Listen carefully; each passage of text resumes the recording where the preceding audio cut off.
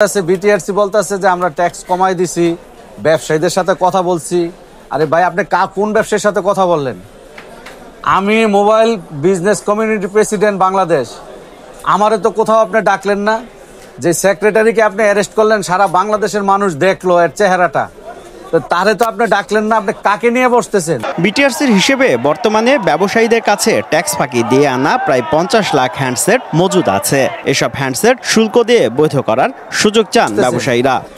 আপনার যে পালিত যে কোম্পানিগুলো আছে এই দেশে 9টা কোম্পানি, সেই 9টা কোম্পানির ডিলারদেরকে নিয়ে আপনি বসেন, বলেন যে ব্যবসায়ীদের সাথে আলোচনা করতেছি। 16 তারিখ যদি কার্যকর হয়, আমাদের কোটি কোটি টাকার লোকসানের পক্ষে পড়তে হচ্ছে। আমাদের সাথে কোনো আলোচনা বৈঠকে বসে নাই। এখন আমাদের দাবি হচ্ছে আমাদের সাথে বসুক, আলোচনা করুক। আপনি কি একবার ভেবেছেন আপনি কি করতেছেন? 2 কোটি প্রবাসী, আজকে দেখেন প্রবাসীরা মিডিয়াতে বলতেছে যে আমি 60 দিন থাকবো, 60 দিনের পরে আমার মোবাইলটা আর চলবে না, রেজিস্ট্রেশন না করলে চলবে না। তারপরে আপনার মোবাইল এখন আপনি ইচ্ছা করলে এক্সচেঞ্জ করতে পারতেছেন। আমার হাতের মোবাইলটা আমি বিক্রি করে দিব, দিয়ে আরেকটা নিয়ে নিব। তখন আপনার হাতের মোবাইলটা কার কাছে বিক্রি করবেন? আর বিক্রি করলে যেই ব্যক্তি কিনবো সে কি সিম ঢুকানোর পরে চালাইতে পারবে না। এই যে জটিলতা, এই জাতির জন্য আপনি যে ভোগান্তি সামনে নিয়ে আসতেছেন, এই 16 ডিসেম্বরে এই জাতি কিন্তু আপনাকে ছাড়বে না, মাফ করবে না। ট্যাক্স দিতে চায় সবাই, প্রত্যেকটা ব্যবসায়ী ট্যাক্স দিয়ে ব্যবসা করতে চায়, তবে ট্যাক্সটা সহনীয় করা।